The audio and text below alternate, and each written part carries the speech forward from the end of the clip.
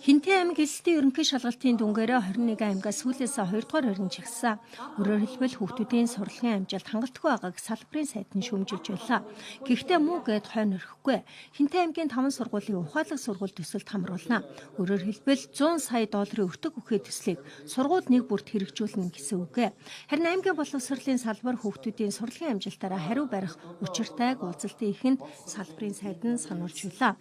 Боловсрол соёл 2 уул нь нэг заалсны 2 тал боловч хөдөө орон нутаг соёл урлагийнхныг бараг марчигдаг гэдгийг уран бүтээлчид сэтгэл дундуур хэлж байлаа.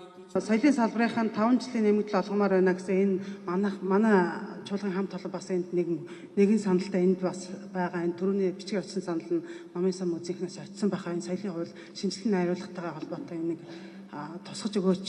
Манай жилийн уран бүтээлчд олгодог төсвийн томилтын зардал эхлэл 240 мянган төгрөг байна.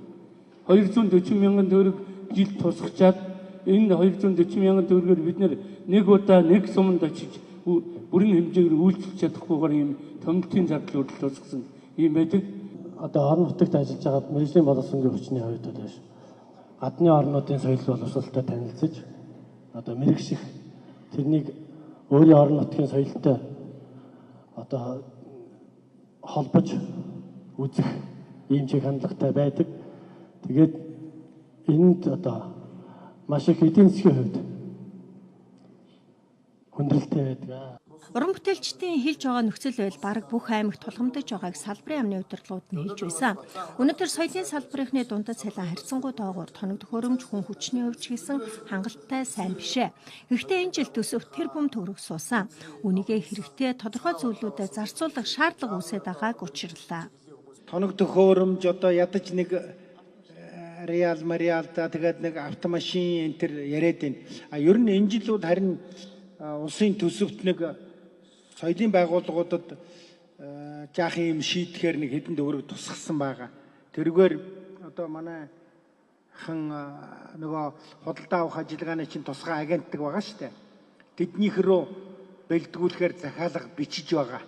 Цалин үе шаттайгаар нэмэхээс гадна өөр юу нэмэх юм гэхээр ур чадварын нэмэгдэл олгох, зэрэг дэвийн нэмэгдэл олгох, мэрэгжил дээшлүүлэх, алслагдсан нутагт ажиллагчдын нэмэгдэл олгох.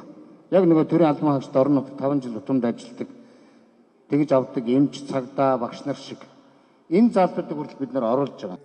Боловсролын сайд Хинтээ аймагт ажиллахдаа сургууль цэцэрлэг музей, спортын ордон зэрэг салбарын байгууллагуудын үйл ажиллагаатай танилцж, шаардлагатай асуудлуудыг газар дээр нь шийдвэрлэсэн.